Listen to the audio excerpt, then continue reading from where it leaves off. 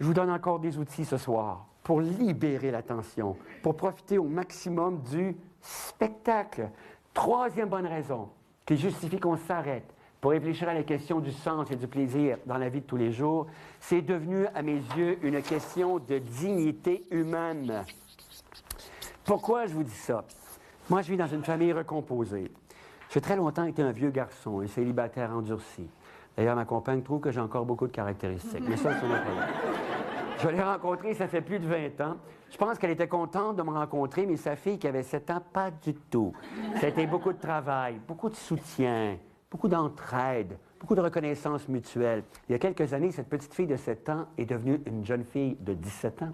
Et au petit déjeuner, elle me dit, Serge, j'ai un travail à faire pour l'école sur la relation entre la dignité humaine et l'environnement.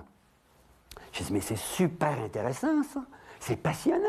J'ai dit, c'est pour quand ce travail-là? Elle me dit, après-midi. J'ai dit, bon, j'imagine que tu veux un petit coup de main. Elle dit, oui, s'il te plaît.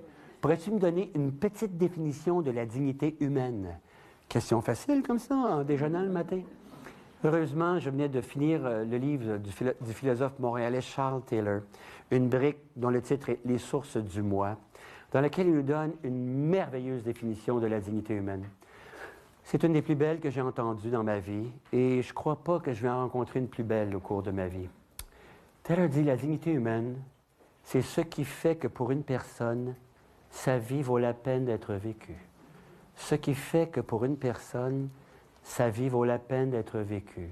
Notre fille me dit, mais qu'est-ce que tu veux dire? J'entre dans un sujet très délicat. Je marche sur des œufs, je le sais, mais je pense que c'est important qu'on y réfléchisse ensemble. Alors, notre fille m'a dit, qu'est-ce que tu veux dire? Je dis, regarde, on va prendre un exemple extrême. Imagine une personne qui est atteinte de la maladie d'Alzheimer, qui est en phase terminale, qui est complètement confuse, qui est incapable de communiquer. Si elle est incapable de communiquer, qu'est-ce qui va nous permettre de croire que sa dignité est préservée?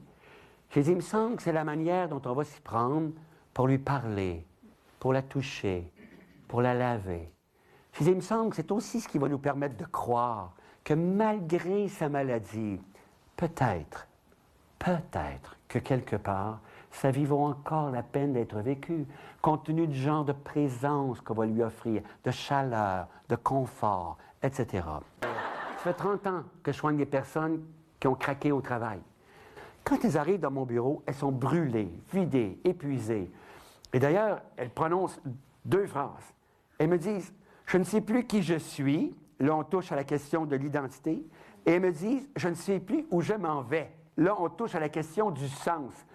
Et une des premières questions qu'on regarde ensemble, c'est qu'est-ce qui permet d'affirmer que la vie vaut la peine d'être vécue? Dans une journée, il y a 24 heures. Êtes-vous d'accord avec moi? On aimerait en avoir davantage, mais il y en a 24. On en passe en moyenne, je n'ai pas inventé ça, il y a des sociologues qui nous observent. On en passe en moyenne 7 à 8 à dormir. Quand on dort, bien sûr.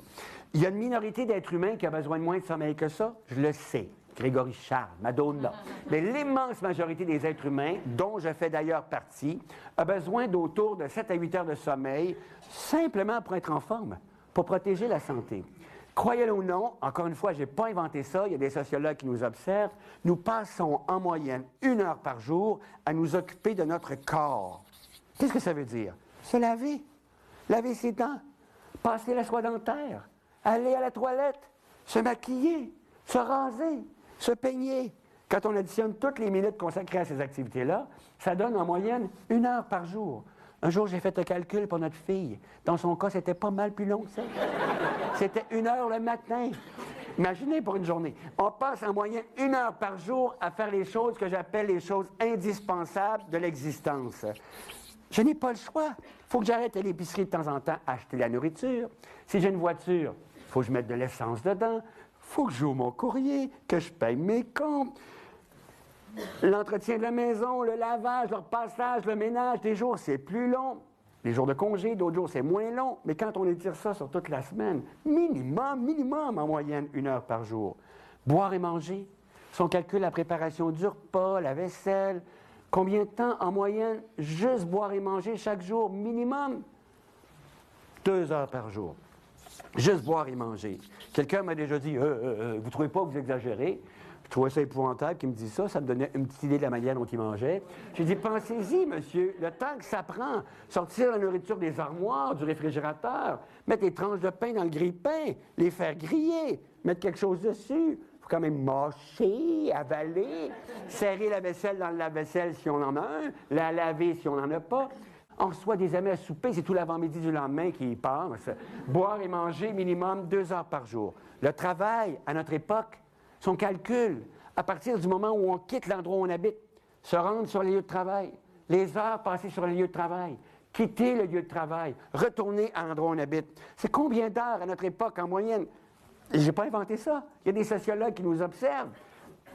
Une dizaine d'heures par jour, le travail. Il me semble qu'il faut que ça vaille la peine d'être vécu. Si on n'a pas du sens et du plaisir pendant la journée, il en reste combien d'eux?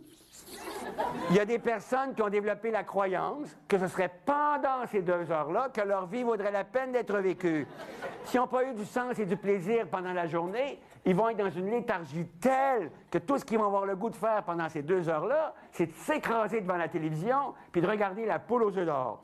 Puis après 2 heures de poule aux œufs d'or, ils vont ressentir une léthargie encore plus grande qu'avant de s'être assis. Je le sais, ça m'est arrivé. Se pourrait-il que même inconsciemment, j'insiste sur le mot, ça veut dire que je ne m'en rends pas compte. Se pourrait-il que même inconsciemment, j'ai parfois l'impression que ces 2 heures-là ne valaient pas tant que ça la peine d'être vécues? Se pourrait-il qu'inconsciemment, j'ai parfois l'impression d'avoir un peu perdu mon temps? Alors, qu'est-ce qui nous permet d'affirmer que notre vie vaut la peine d'être vécue? On va y réfléchir ensemble quelques instants.